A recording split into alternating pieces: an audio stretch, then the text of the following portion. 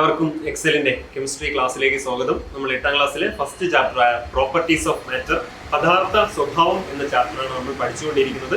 അതിൽ നമ്മൾ മാറ്റർ പഠിച്ചു, മാറ്ററിന്റെ ഡെഫിനിഷൻ, ഓരോ ടൈപ്സ് ഓഫ് മാറ്ററിലും ഓരോ സ്റ്റേറ്റ്സ് ഓഫ് മാറ്ററിലും പദാർത്ഥങ്ങൾ കാണിക്കുന്ന വിവിധ സ്വഭാവങ്ങൾ, ഒരു സ്റ്റേറ്റിനെ അതായത് സോളിഡിനെ ലിക്വിഡ് ആക്കാം, ലിക്വിഡിനെ ഗ്യാസ് ആക്കാം, അതിന് ഓരോ പ്രോസസ്സിനും ഓരോ പേരുണ്ട്, അത് നമ്മൾ പഠിച്ചു. അതിലെ പാർട്ടിക്കിൾസിൽ ഉണ്ടാകുന്ന മാറ്റം തുടങ്ങിയ കാര്യങ്ങളാണ് നമ്മൾ പഠിച്ചത്. ഇനി നമ്മളൊരു പുതിയ ടോപ്പിക്കിലേക്കാണ് പോകുന്നത്, വളരെ ഇമ്പോർട്ടൻ്റ് ആയിട്ടുള്ള ടോപ്പിക്. ഞാൻ ഉദാഹരണം പറയാം. നിങ്ങൾ റോഡിലൂടെ നടന്നു പോവുകയാണ് എന്ന് സങ്കല്പിക്കുക. റോഡിലൂടെ നിങ്ങൾ നടന്നു പോകുന്നു. അപ്പോൾ ഏതെങ്കിലും ഹോട്ടലിന്റെ ഫ്രണ്ടിൽ എത്തുമ്പോൾ നിങ്ങൾക്ക് നല്ല മണം അനുഭവപ്പെടുന്നു. ആ ഹോട്ടലിന്റെ അടുക്കളയിൽ നിന്ന് ചിക്കൻ ഫ്രൈയോ ബീഫ് ഫ്രൈയോ മട്ടൻ ഫ്രൈയോ അങ്ങനെ എന്തെങ്കിലുമൊക്കെ കുക്ക് ചെയ്യുന്നതിന്റെ മണം നിങ്ങൾക്ക് റോഡിൽ നിൽക്കുമ്പോൾ തന്നെ അനുഭവപ്പെടുകയും നിങ്ങൾ അങ്ങോട്ട് തിരിഞ്ഞു നോക്കുകയും ചെയ്യും. എന്താണ് ഇവിടെ സംഭവിക്കുന്നത്? എന്തുകൊണ്ടാണ് നിങ്ങൾക്ക് അവിടെ അടുക്കളയിൽ കുക്ക് ചെയ്ത ഭക്ഷണത്തിന്റെ മണം നിങ്ങൾക്ക് റോഡിൽ കിട്ടാനുള്ള കാരണം? അതിനുള്ള ആ പ്രോസസ്സാണ് നമ്മൾ പഠിക്കാൻ പോകുന്നത്. ഒരു എക്സ്പെരിമെന്റ് ഞാൻ പറയാം.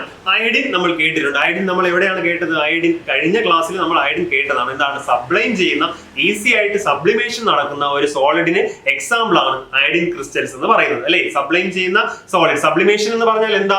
A solid substance is directly converted into gaseous state, അല്ലെ? ഒരു സോളിഡ്, ഒരു ഖരപദാർത്ഥം ഡയറക്റ്റ് ആയിട്ട് വാതകമായിട്ട് മാറുന്നതിനെയാണ് നമ്മൾ എന്ത് പറയുന്നത്? സബ്ലിമേഷൻ എന്ന് പറയുന്നത്. അങ്ങനെ സബ്ലിമേഷൻ നടക്കുന്ന ഒരു സോളിഡിന് എക്സാമ്പിൾ ആണ് അയഡിൻ എന്ന് പറയുന്നത്. ആ അയഡിൻ ഉപയോഗിച്ചാണ് നമ്മൾ ഇവിടെ എക്സ്പെരിമെന്റ് ചെയ്യുന്നത്. വളരെ എളുപ്പത്തിൽ ചെയ്യാൻ പറ്റുന്ന ഒരു എക്സ്പെരിമെന്റ് ആണ്. നിങ്ങൾ ഇവിടെ രണ്ട് ടെസ്റ്റ് ട്യൂബുകൾ എടുക്കുക. രണ്ട് ടെസ്റ്റ് ട്യൂബുകൾ എടുക്കുക. ഒന്ന് നേരെയും ഒന്ന് തലകീഴായും കമഴ്ത്തി വെക്കുക. എന്നിട്ട് അതിനകത്തേക്ക് അയഡിൻ ഇടുക. അയഡിൻ ഇട്ട ശേഷം ഒന്ന് നേരെയും ഒന്ന് തലകീഴായും കമഴ്ത്തി വെക്കുക. എന്നിട്ട് ഇത് പതുക്കെ ചൂടാക്കുക. ചൂടാക്കുമ്പോൾ തന്നെ അയഡിൻ എന്തായിട്ട് മാറും? പേപ്പർ ആയിട്ട് മാറും, ഗ്യാഷ്യസ് സ്റ്റേറ്റിലായിട്ട് മാറും. അങ്ങനെ ഈസി ആയിട്ട് സപ്ലൈ ചെയ്യുന്ന ഒരു സോളിഡ് ആണ് അയഡിൻ. അത് നിങ്ങൾ ചൂടാക്കുമ്പോൾ ഇവിടുന്ന് താഴെയുള്ള അയഡിൻ എന്ത് ചെയ്യുന്നു? അയഡിൻ വേപ്പേഴ്സ് മുകളിലോട്ട് സ്പ്രെഡ് ആകുന്നു. വയലറ്റ് കളറാണ് അയഡിൻ. അയഡിൻ എന്ത് ചെയ്യുന്നു? മുകളിലേക്ക് സ്പ്രെഡ് ആകുന്നു. കുറച്ച് കഴിഞ്ഞ് നോക്കുമ്പോൾ നിങ്ങൾ ഇവിടുത്തെ കളർ കുറഞ്ഞു വരുന്നതായിട്ടും മുകളിലെ കളർ, അതായത് മുകളിലെ കളർ എന്ത് ചെയ്യുന്നു? ഡാർക്ക് ആവുന്നതായിട്ടും ഇൻക്രീസ് ആവുന്നതായിട്ടും കാണാൻ പറ്റും. താഴെ ഫെയ്ഡ് ആകുകയും മുകളിൽ എന്താവുകയും ചെയ്യും? ഡാർക്ക് ആവുകയും ചെയ്യും. എന്താണ് ഇവിടെ നടക്കുന്നത്? താഴെ ഉണ്ടായിരുന്നത് അയഡിൻ ആയിരുന്നു, മുകളിലുള്ളത് എയർ ആണ്, അല്ലെ? ഇവിടെ നമ്മൾ ഹീറ്റ് ചെയ്തപ്പോൾ അയഡിൻ വേപ്പർ ആയിട്ട് മാറി. കുറച്ച് കഴിഞ്ഞ് ഈ എയറുമായിട്ട് അത് എന്ത് ചെയ്തു? മിക്സ് ആയിട്ട് മാറി. അതായത് രണ്ട് പാർട്ടിക്കിൾസ് ആയിരുന്നു, അയഡിൻ വേപ്പേഴ്സും എയറും. ഇവ തമ്മിൽ മിക്സ് ആകുന്നു. ഇങ്ങനെ മിക്സ് ആയ ആ പ്രോപ്പർട്ടി അല്ലെങ്കിൽ ആ പ്രോസസ്സിനെ നമ്മൾ വിളിക്കുന്ന പേരാണ് ഡിഫ്യൂഷൻ എന്നാണ് പറയുക. ഡിഫ്യൂഷൻ അല്ലെങ്കിൽ വ്യാപനം എന്ന് പറയും. രണ്ട് പാർട്ടിക്കിൾസ് തമ്മിൽ മിക്സ് ആകുന്ന ആ പ്രോസസ്സിനെ നമ്മൾ വിളിക്കുന്ന പേരാണ് ഡിഫ്യൂഷൻ അല്ലെങ്കിൽ വ്യാപനം എന്നാണ് പറയുക. അപ്പൊ എന്താണ് ഡിഫ്യൂഷനുള്ള ഡെഫിനിഷൻ എന്ന് പറയുന്നത്? Diffusion is A spontaneous mixing of two different types of particles having freedom of movement. Diffusion is a spontaneous mixing. Spontaneous mixing എന്ന് പറഞ്ഞാൽ സ്വയമേ അവ തമ്മിൽ മിക്സ് ചെയ്യുന്നു. അതായത് സ്വയം മിക്സ് ചെയ്യുന്നു. രണ്ട് പാർട്ടിക്കിൾസ് തമ്മിൽ, രണ്ട് മാറ്ററിലെ രണ്ട് പാർട്ടിക്കിൾസ് തമ്മിൽ സ്വയം എന്ത് ചെയ്യുന്നു? മിക്സ് ചെയ്യുന്നു. അതിനാണ് സ്പോണ്ടേനിയസ് എന്ന് പറയുന്നത്. Spontaneous mixing of particles having freedom of movement. ചലിക്കാൻ കഴിയുന്ന പാർട്ടിക്കിൾസിന്റെ, കണികകളുടെ സ്വയമേവയുള്ള കൂടിക്കലരലിനെയാണ് നമ്മൾ വ്യാപനം അല്ലെങ്കിൽ ഡിഫ്യൂഷൻ എന്ന് പറയുന്നത്. Diffusion is the spontaneous mixing of particles having freedom of movement. ഇനി നിങ്ങൾ ഡിഫ്യൂഷൻ നോക്കുകയാണെങ്കിൽ രണ്ട് സോളിഡ് എടുത്ത് നിങ്ങൾ തമ്മിൽ കലർത്താൻ നോക്കുക, ലിക്വിഡ്സ് തമ്മിൽ ഡിഫ്യൂസ് ചെയ്യിപ്പിക്കാൻ നോക്കുക, ഗ്യാസ് തമ്മിൽ ഡിഫ്യൂസ് ചെയ്യാൻ നോക്കുക. എവിടെയാണ് റേറ്റ് ഓഫ് ഡിഫ്യൂഷൻ കൂടുതൽ എന്ന് പറയുന്നത്? എപ്പോഴും റേറ്റ് ഓഫ് ഡിഫ്യൂഷൻ കൂടുതൽ ഗ്യാഷ്യസ് സബ്സ്റ്റൻസിനായിരിക്കും. എയറിലെ പാർട്ടിക്കിൾസ് അല്ലെങ്കിൽ ഗ്യാസ് ആയിട്ടുള്ള വാതക തന്മാത്രകളായിരിക്കും വേഗത്തിൽ ഡിഫ്യൂസ് ചെയ്യപ്പെടുന്നത്. തമ്മിൽ കൂടിക്കലരാനുള്ള കഴിവ് വാതക തന്മാത്രകൾക്കായിരിക്കും കൂടുതൽ. ലിക്വിഡ്സിന് അതിനേക്കാളും കുറവായിരിക്കും, സോളിഡ്സിന് കുറച്ചുകൂടി കുറവായിരിക്കും. ഏറ്റവും കുറവ് സോളിഡിലായിരിക്കും റേറ്റ് ഓഫ് ഡിഫ്യൂഷൻ, ഏറ്റവും കൂടുതൽ ഗ്യാസിലായിരിക്കും. ഇപ്പൊ മഷിയും വെള്ളവും തമ്മിൽ ഡിഫ്യൂസ് ചെയ്യിപ്പിക്കുക, അവിടെയും നിങ്ങൾക്ക് എന്താണ് ഏതെങ്കിലും സോളിഡ് സബ്സ്റ്റൻസ് ഡിഫ്യൂസ് ചെയ്യിപ്പിക്കുന്നതിനേക്കാളും കൂടുതൽ റേറ്റ് നിങ്ങൾക്ക് ഇവിടെ കാണാൻ പറ്റും, ലിക്വിഡ്സിൽ കാണാൻ പറ്റും. അപ്പൊ ഡിഫ്യൂഷൻ ഏറ്റവും കൂടുതൽ എവിടെയാണ്? ഗ്യാസിലാണ്. അതിന് ലിക്വിഡ് അതിനേക്കാളും കുറവ് സോളിഡ് സബ്സ്റ്റൻസിലാണ് ഡിഫ്യൂഷൻ കുറവ്. ഇനി നിങ്ങൾ വേറെ എക്സാമ്പിളിൽ നിങ്ങൾ തണുപ്പിച്ച ഭക്ഷണം എടുത്തു വയ്ക്കുക, ചൂടാക്കിയ ഭക്ഷണം എടുത്തു വയ്ക്കുക. ഏതിനായിരിക്കും മണം കൂടുതൽ? നമ്മളെപ്പോഴും ചൂടാക്കിയ ഭക്ഷണത്തിനായിരിക്കും മണം കൂടുതൽ. അവിടെ നിന്ന് മനസ്സിലാക്കാൻ പറ്റുന്ന കാര്യം എന്താ? ടെമ്പറേച്ചർ കൂടുമ്പോൾ റേറ്റ് ഓഫ് ഡിഫ്യൂഷൻ ഇൻക്രീസ് ചെയ്യും. When temperature increases, rate of diffusion is also increases. താപനില കൂടുമ്പോൾ വ്യാപനത്തിന്റെ നിരക്കും എന്ത് ചെയ്യുന്നു? കൂടുന്നതായിട്ട് കാണാൻ പറ്റും. അപ്പൊ ഡിഫ്യൂഷനുള്ള ഡെഫിനിഷൻ ഓർമ്മിക്കുക. Diffusion is the spontaneous mixing of particles having freedom of movement. അതായത് ചലിക്കാൻ കഴിയുന്ന തന്മാത്രകളുടെ സ്വയമേവയുള്ള കൂടിക്കലരലിനെയാണ് നമ്മൾ ഡിഫ്യൂഷൻ അല്ലെങ്കിൽ വ്യാപനം എന്ന് പറയുന്നത്. Rate of diffusion is higher than gaseous substances, that of solids and liquids. When temperature increases, diffusion also increases. In diffusion കുറച്ച് എക്സാമ്പിൾ ഉദാഹരണങ്ങൾ നമുക്ക് പറയാൻ പറ്റുമോ? എന്തൊക്കെയാണ്? ഇപ്പോൾ ഏതെങ്കിലും ഫ്രൂട്ട്സ് അല്ലെ പഴം പഴുക്കുന്നു, അല്ലെങ്കിൽ അഗർബത്തിയുടെ മണം, ഇൻസെൻസ് സ്റ്റിക്കിന്റെ മണം, പിന്നെ നമുക്ക് ഫ്രൂട്ട്സ് അല്ലെങ്കിൽ ഫ്ലവേഴ്സിന്റെ മണം, ഇതൊക്കെ നമുക്ക് എന്തായിട്ട് പറയാൻ പറ്റും? ഡിഫ്യൂഷനെ എക്സാമ്പിൾ ആയിട്ട് പറയാൻ പറ്റും. അല്ലെങ്കിൽ ഇങ്കിങ് വാട്ടർ, ഇങ്കും ജലവും മഷിയും ജലവും തമ്മിൽ കൂടിക്കലരുന്നത്, ഇതെല്ലാം ഡിഫ്യൂഷന് എക്സാമ്പിൾ ആയിട്ട് പറയാൻ പറ്റുന്ന കാര്യങ്ങളാണ്. അപ്പോൾ ഡിഫ്യൂഷൻ എന്താണെന്ന് ഓർമ്മിക്കുക. അതിന് നമ്മൾ പറഞ്ഞ എക്സാമ്പിൾ ഏതാണ്? പറഞ്ഞ എക്സ്പെരിമെന്റ് ഏതാണ്? അയഡിൻ വേപ്പേഴ്സ് വെച്ചിട്ടുള്ള എക്സ്പെരിമെന്റ് ആണ് നമ്മൾ പറഞ്ഞത്.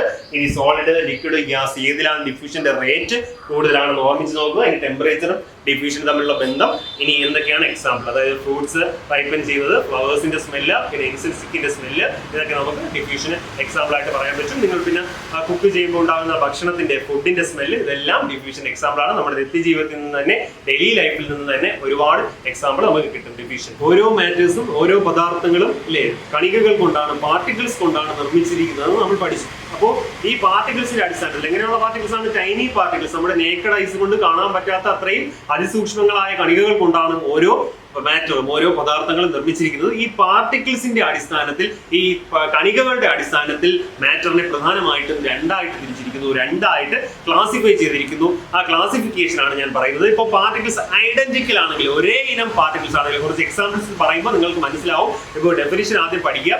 ഒരേ ഇനം പാർട്ടിക്കിൾസ് ആണെങ്കിൽ, ഐഡന്റിക്കൽ പാർട്ടിക്കിൾസ് ആണെങ്കിൽ, അതിനെ നമ്മൾ വിളിക്കുന്ന പേര് പ്യുവർ സബ്സ്റ്റൻസ് എന്നാണ്. Particles having identical nature, the substance are known as pure substance, അല്ലെങ്കിൽ ശുദ്ധ പദാർത്ഥങ്ങൾ എന്ന് പറയും. ഒരേ ഇനം കണികകൾ കൊണ്ട് നിർമ്മിച്ചിരിക്കുന്ന പദാർത്ഥങ്ങളെ നമ്മൾ ശുദ്ധ പദാർത്ഥങ്ങൾ എന്ന് പറയും.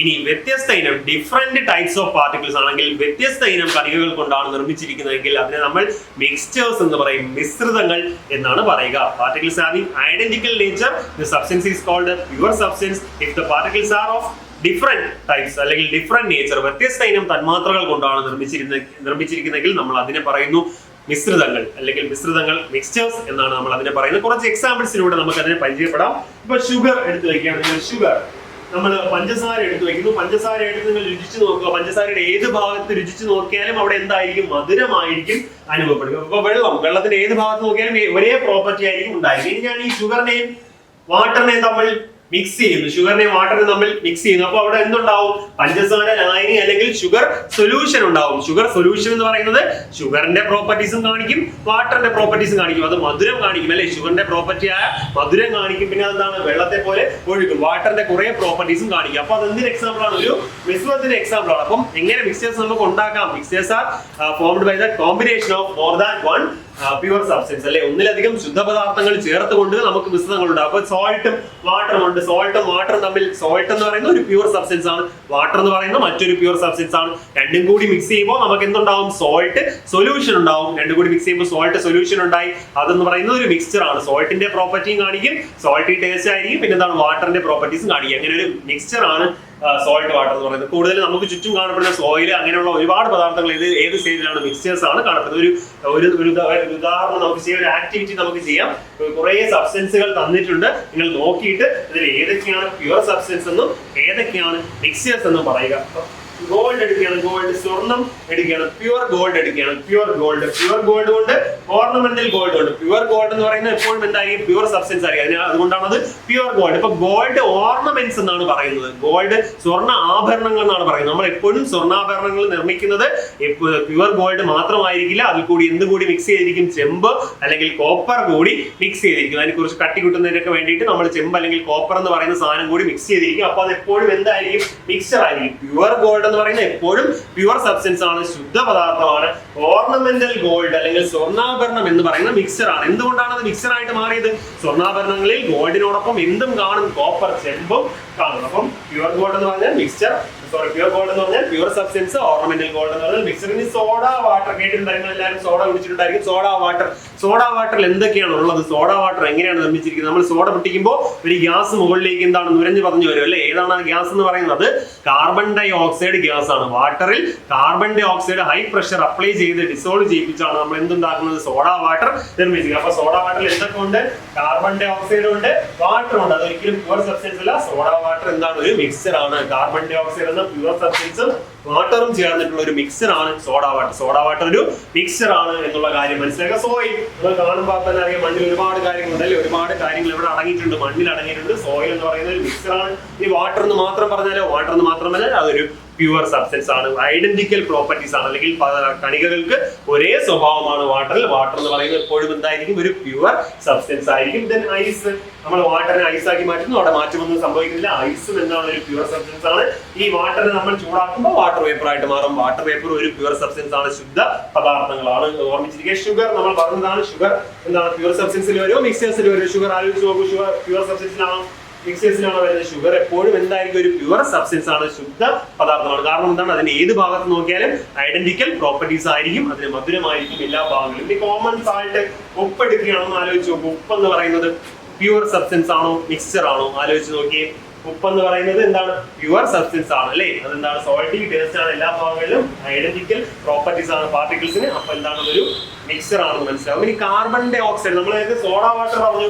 കാർബൺ ഡൈ ഓക്സൈഡും വാട്ടറും തമ്മിൽ ഡിസോൾവ് ചെയ്യിപ്പിച്ചാണ് നമ്മൾ സോഡ വാട്ടർ ഉണ്ടാക്കിയത്. ഇവിടെ നമ്മൾ കാർബൺ ഡൈ ഓക്സൈഡ് മാത്രം പറയുകയാണ്. കാർബൺ ഡൈ ഓക്സൈഡ് മാത്രം പറഞ്ഞാൽ അത് എപ്പോഴും എന്തായിരിക്കും, ഒരു പ്യുവർ സബ്സ്റ്റൻസ് ആണ് എന്നുള്ള കാര്യം മനസ്സിലാവും. ഓക്സിജൻ എന്ന് പറയുന്നു, നൈട്രജൻ എന്ന് പറയുന്നു, ഹൈഡ്രജൻ എന്ന് പറയുന്നു, ഗോൾഡ്, അയൺ, അങ്ങനെയുള്ള കാര്യങ്ങളെല്ലാം എന്തായിരിക്കും, എപ്പോഴും പ്യുവർ സബ്സ്റ്റൻസ് ആയിരിക്കും. ഇനി അടുത്തൊരു എക്സാമ്പിൾ നോക്കാം. സോൾട്ട് സൊല്യൂഷൻ ഈസി ആയിട്ട് നമുക്ക് ഐഡന്റിഫൈ ചെയ്യാം. സോൾട്ട് സൊല്യൂഷൻ ശുദ്ധപദാർത്ഥമാണോ മിശ്രിതമാണോ? ഉപ്പ് ലായനി എന്ന് പറയുന്നത്, ഉപ്പ് ലായനി എങ്ങനെ ഉണ്ടാക്കും? നമ്മൾ സോൾട്ടും വാട്ടറും തമ്മിൽ ഡിസോൾവ് ചെയ്യിപ്പിച്ചു. സോൾട്ട് എന്ന് പറയുന്ന ഒരു പ്യുവർ സബ്സ്റ്റൻസും വാട്ടർ എന്ന് പറയുന്ന മറ്റൊരു പ്യുവർ സബ്സ്റ്റൻസ് തമ്മിൽ ഡിസോൾവ് ചെയ്യിപ്പിച്ചാണ് നമ്മൾ സോൾട്ട് സൊല്യൂഷൻ ഉണ്ടാക്കിയത്. അത് എപ്പോഴും എന്തായിരിക്കും, ഒരു മിക്സ്ചർ ആയിരിക്കും സോൾട്ട് സൊല്യൂഷൻ. ഷുഗർ സൊല്യൂഷൻ എന്ന് പറയുമ്പോഴും ഒരു മിക്സ്ചർ ആയിരിക്കും. സൊല്യൂഷൻ എന്ന് എവിടെ കേട്ടാലും അത് എപ്പോഴും എന്തായിരിക്കും, ഒരു മിക്സ്ചർ ആയിരിക്കും, മിശ്രിതമായിരിക്കും. സൊല്യൂഷൻ എന്ന് പറഞ്ഞാൽ ഒന്നിലധികം പ്യുവർ സബ്സ്റ്റൻസ് ചേർന്നുള്ളതാണ് സൊല്യൂഷൻസ് എന്ന് പറയുന്നത്. അപ്പോൾ പ്യുവർ സബ്സ്റ്റൻസ് എന്താണെന്ന് ഓർമ്മിച്ചിരിക്കുക, മിക്സ്ചേഴ്സ് എന്താണെന്ന് ഓർമ്മിച്ചിരിക്കുക. പ്യുവർ സബ്സ്റ്റൻസ് എന്ന് പറഞ്ഞാൽ particles are of identical properties, ഒരേ ഇനം പാർട്ടിക്കിൾസ്, ഒരേ ഇനം കണികകൾ. മിക്സ്ചേഴ്സ് എന്ന് പറഞ്ഞാൽ particles are of different properties, വ്യത്യസ്ത ഇനം കണികകൾ. അതിനെയാണ് നമ്മൾ മിക്സ്ചേഴ്സ് എന്ന് പറയുന്നത്. അപ്പോൾ മിക്സ്ചേഴ്സും പ്യുവർ സബ്സ്റ്റൻസും പറഞ്ഞു. ഇപ്പൊ നമ്മൾ ചുറ്റുപാട് നോക്കുക, എന്താണ്, പാർട്ടിക്കിൾസ് മുഴുവൻ അല്ലെങ്കിൽ മാറ്റർ മുഴുവൻ കാണപ്പെടുന്നത് പല മിക്സ്ചേഴ്സ് ആയിട്ടാണ്. ഇപ്പൊ സോയിൽ ആയാലും എയർ ആയാലും അങ്ങനെ പല മിക്സ്ചേഴ്സ് ആയിട്ടാണ് പാർട്ടിക്കിൾസ് മുഴുവൻ, മാറ്റർ മുഴുവൻ എക്സിസ്റ്റ് ചെയ്യുന്നത്. ഈ മിക്സ്ചേഴ്സിനെ നമ്മൾ എന്ത് ചെയ്യണം, സെപ്പറേറ്റ് ചെയ്യണം. പല ആവശ്യങ്ങൾക്കും ഈ മിക്സ്ചേഴ്സിനെ നമ്മൾ സെപ്പറേറ്റ് ചെയ്ത് പ്യുവർ സബ്സ്റ്റൻസ് ആക്കേണ്ടി വരും. നമ്മുടെ വീട്ടിൽ ചെയ്യുന്ന ചില ഒക്കേഷൻസ് ഉണ്ട്, അല്ലാതെ നമ്മൾ ലബോറട്ടറികളിലും പിന്നെ എന്താണ് ഇൻഡസ്ട്രീസിലൊക്കെ ചെയ്യുന്ന ചില ഒക്കേഷൻസ് ഉണ്ട്. നമുക്ക് വീട്ടുകൾ അല്ലെങ്കിൽ നമ്മൾ സാധാരണയായിട്ട് കണ്ടുവരുന്ന ചില കോമൺ ടെക്നിക്സ് ആണ്, മിക്സ്ചേഴ്സിനെ സെപ്പറേറ്റ് ചെയ്യാൻ വേണ്ടിയിട്ടുള്ള ചില കോമൺ ടെക്നിക്സ് ആണ് പറയാൻ പോകുന്നത്. കുറെ ഒക്കേഷൻസ് നിങ്ങൾ തന്നിട്ടുണ്ട്. ഇനി അങ്ങോട്ട് പോകുമ്പോൾ ഇൻഡസ്ട്രിയൽ ആയിട്ടുള്ള കുറെ ഉണ്ട്, ഡിസ്റ്റിലേഷൻ, ഫ്രാക്ഷണൽ ഡിസ്റ്റിലേഷൻ, സെൻട്രിഫ്യൂഗേഷൻ, അങ്ങനെയുള്ള കുറെ ടെക്നിക്സ് കൊണ്ട് ഇത് കഴിഞ്ഞിട്ട് നമുക്ക് അത് പഠിക്കാം. അപ്പോൾ വീട്ടിൽ, അതായത് നമ്മുടെ സാധാരണയായിട്ട് കോമൺ ആയിട്ട് നിങ്ങൾക്ക് തന്നെ ഞാൻ എക്സാമ്പിൾ പറയുമ്പോൾ നിങ്ങൾക്ക് പറയാൻ പറ്റും ഏത് ടെക്നിക്കാണ് നമ്മളിവിടെ അപ്ലൈ ചെയ്തുകൊണ്ട് നമുക്ക് അതിനെ സെപ്പറേറ്റ് ചെയ്യാം എന്ന് നിങ്ങൾക്ക് പറയാൻ പറ്റും. ഓക്കെ, അങ്ങനെയുള്ള കോമൺ ടെക്നിക്സ് ആണ് പറയാൻ പോകുന്നത്. കുറെ ഒക്കേഷൻസ് തന്നിട്ടുണ്ട്, അതിനെ എങ്ങനെ സെപ്പറേറ്റ് ചെയ്യും, എന്തിന്റെ ബേസിലാണ് അതിനെ നിങ്ങൾ സെപ്പറേറ്റ് ചെയ്യുന്നത് എന്ന് കൂടി പറയണം. എന്തുകൊണ്ടാണ് ആ ടെക്നിക്ക് ഇതിനെ സെപ്പറേറ്റ് ചെയ്യാൻ വേണ്ടി തിരഞ്ഞെടുത്തത്, അല്ലെങ്കിൽ ഇതിനെ വേർതിരിക്കാൻ വേണ്ടി തിരഞ്ഞെടുത്തത് എന്ന് കൂടി നിങ്ങൾ പറയുക. ഓക്കെ, അപ്പോൾ ഫസ്റ്റ് ഒക്കേഷൻ എന്ന് പറഞ്ഞാൽ ടീ ഡ്രഗ് ഫ്രം ടീ ആണ് നമ്മൾ വീട്ടിൽ ചെയ്യുന്നത്. ചായയിൽ നിന്ന് എങ്ങനെ ചായപ്പൊടി വേർതിരിക്കാം, അല്ലെങ്കിൽ തേയിലപ്പൊടി എങ്ങനെ ചായയിൽ നിന്ന് വേർതിരിക്കുക, ഏത് ടെക്നിക്കാണ് നമ്മൾ വീട്ടിൽ ഉപയോഗിക്കുന്നത്? അടുക്കളയിലൊക്കെ കയറിയിട്ടുള്ളവർക്ക് അറിയാൻ പറ്റും അല്ലെ, ഏത് ടെക്നിക്കാണ് നമ്മൾ ചായ ഇടുമ്പോൾ ഉപയോഗിക്കുന്നത്. അവിടെ നമ്മൾ അരിപ്പ് ഉപയോഗിച്ച് ഫിൽട്രേഷൻ എന്ന് പറയുന്ന ടെക്നിക്കാണ് നമ്മൾ ഉപയോഗിക്കുന്നത്. ഏത് ടെക്നിക്കാണ്? ഫിൽട്രേഷൻ അല്ലെങ്കിൽ അരിക്കൽ എന്ന് പറയുന്ന പ്രക്രിയയാണ്, അരിക്കൽ എന്ന് പറയുന്ന പ്രോസസ്സാണ് നമ്മൾ ഇവിടെ ഉപയോഗിക്കുന്നത്. എന്തുകൊണ്ടാണ് നിങ്ങൾ അരിക്കൽ എന്ന് പറയുന്ന പ്രോസസ്സ് ഉപയോഗിക്കാൻ കാരണം? അതായത് അതിന്റെ എന്താണ്, സൈസ് ഓഫ് പാർട്ടിക്കിൾസ് വെച്ചിട്ടാണ് അല്ലെ, സൈസ് വെച്ചിട്ടാണ് നമ്മൾ ഫിൽട്രേഷൻ എന്ന് പറയുന്ന ടെക്നിക്ക് ഉപയോഗിച്ചത്. അരിപ്പിൽസ് എന്താണ്, മൈന്യൂട്ട് പോർസ് ഉണ്ട്, ഹോൾസ് ഉണ്ട് അരിപ്പിൽ അല്ലെ. ആ ഹോൾസിലൂടെ എന്താണ്, ടീ എന്ന് പറയുന്ന സാധനം ഈസി ആയിട്ട് അതിൽ കൂടി പാസ് ചെയ്ത് കടന്നു പോകും. പക്ഷേ ചായപ്പൊടി അവിടെ ആ ഹോൾസിനേക്കാളും വലുതാണ് ചായപ്പൊടിയുടെ സൈസ്, അതുകൊണ്ട് അവിടെ എന്ത് ചെയ്യും, അത് തങ്ങി നിൽക്കുന്നതായിട്ട് കാണാൻ പറ്റും. അപ്പൊ നമ്മൾ സൈസ് എന്ന് പറയുന്ന ഫാക്ടർ ഉപയോഗിച്ചുകൊണ്ടാണ് അതാണ് നമ്മളിവിടെ ഫിൽട്രേഷൻ എന്ന് പറയുന്ന ടെക്നിക്ക് തിരഞ്ഞെടുക്കാനുള്ള കാരണം. ടീ ഡ്രഗ് ഫ്രം ടീ ഏത് ടെക്നിക്ക് ഉപയോഗിച്ചു? ഫിൽട്രേഷൻ. എന്താണ്, സൈസ് ഓഫ് ദ പാർട്ടിക്കിൾസ് അനുസരിച്ചാണ് നമ്മൾ ഫിൽട്രേഷൻ എന്ന് പറയുന്ന ടെക്നിക്ക് ഉപയോഗിച്ചു. ഇനി common salt from sea water, കടലിൽ നിന്ന് നമുക്ക് എങ്ങനെ ഉപ്പ് വെള്ളം വേർതിരിക്കാം എന്ന് പറയുന്നു. കടലിൽ നിന്ന് എങ്ങനെ നമുക്ക് ഉപ്പ് വെള്ളത്തിൽ നിന്ന് എങ്ങനെ നമുക്ക് ഉപ്പ് വേർതിരിക്കാം അല്ലെ, കോമൺ സോൾട്ടിൽ നിന്ന് എങ്ങനെ സോൾട്ട് നമുക്ക് വേർതിരിക്കാം എന്നാണ് പറയാൻ പോകുന്നത്. എങ്ങനെയാണ് വേർതിരിക്കുന്നത്? നമ്മൾ സാധാരണ നമ്മൾ കണ്ടിട്ടുണ്ടായിരിക്കും അല്ലെ, ഉപ്പ് പാടങ്ങൾ എന്ന് പറയുന്ന സംഭവങ്ങളുണ്ട്. അവിടെ എന്താണ്, വെള്ളം ആ കയറ്റി നിർത്തിയിട്ട് കുറെ ദിവസം നിർത്തിയിരിക്കും. അപ്പോൾ വെള്ളം എന്ത് ചെയ്തു പോകും, വേപ്പായിട്ട് പോകും അല്ലെ, ബാഷ്പീകരിച്ച് പോകും, ഉപ്പ് മാത്രം അവിടെ അവശേഷിക്കും. ഇവിടെ നമ്മൾ ഏത് ടെക്നിക്ക് ഉപയോഗിക്കുന്നത്? നമ്മളിവിടെ common salt from sea water നമ്മൾ സെപ്പറേറ്റ് ചെയ്യാൻ വേണ്ടി ഏത് ടെക്നിക്കാണ് നമ്മൾ ഉപയോഗിച്ചത്? വേപ്പറൈസേഷൻ എന്ന് പറയുന്ന ടെക്നിക്കാണ് നമ്മൾ ഉപയോഗിച്ചത്. വേപ്പറൈസേഷൻ ആണ് നമ്മൾ ഉപയോഗിച്ചത്, ബാഷ്പീകരണമാണ് നമ്മൾ ഉപയോഗിച്ചത്. എന്തുകൊണ്ടാണ് വേപ്പറൈസേഷൻ ഉപയോഗിക്കാനുള്ള കാരണം? Volatile property of water. വാട്ടറിന് എന്തുണ്ട്? വോളറ്റൈൽ പ്രോപ്പർട്ടി ഉണ്ട്. വോളറ്റൈൽ പ്രോപ്പർട്ടി ബാഷ്പമാകുന്നത്, അതായത് ചൂട് കൊടുക്കുമ്പോൾ ഹീറ്റ് ചെയ്യുമ്പോൾ ബാഷ്പമായിട്ട് മാറുന്നു, വേപ്പർ ആയിട്ട് മാറുന്നു. അതിനെയാണ് നമ്മൾ വോളറ്റൈൽ എന്ന് പറയുന്നത്. അതായത് നമ്മൾ ഹീറ്റ് കൊടുക്കുന്നു, ഏതിലെങ്കിലും നമ്മൾ ഹീറ്റ് കൊടുക്കുമ്പോൾ അതെന്തായിട്ട് മാറുന്നു? വേപ്പർ ആയിട്ട് മാറുന്നു. അതിനെയാണ് നമ്മൾ വോളറ്റൈൽ എന്ന് പറയുന്നത്. ഇവിടെ വോളറ്റൈൽ ആയിട്ടുള്ള സബ്സ്റ്റൻസ് ഏതാണ്? സോൾട്ട് ആണോ വാട്ടർ ആണോ? വാട്ടർ ആണ് വോളറ്റൈൽ എന്ന് പറയുന്നത് അല്ലേ? Volatile property of water. അതുകൊണ്ടാണ് നമ്മൾ ഇവിടെ എന്ത് തിരഞ്ഞെടുക്കാനുള്ള കാരണം?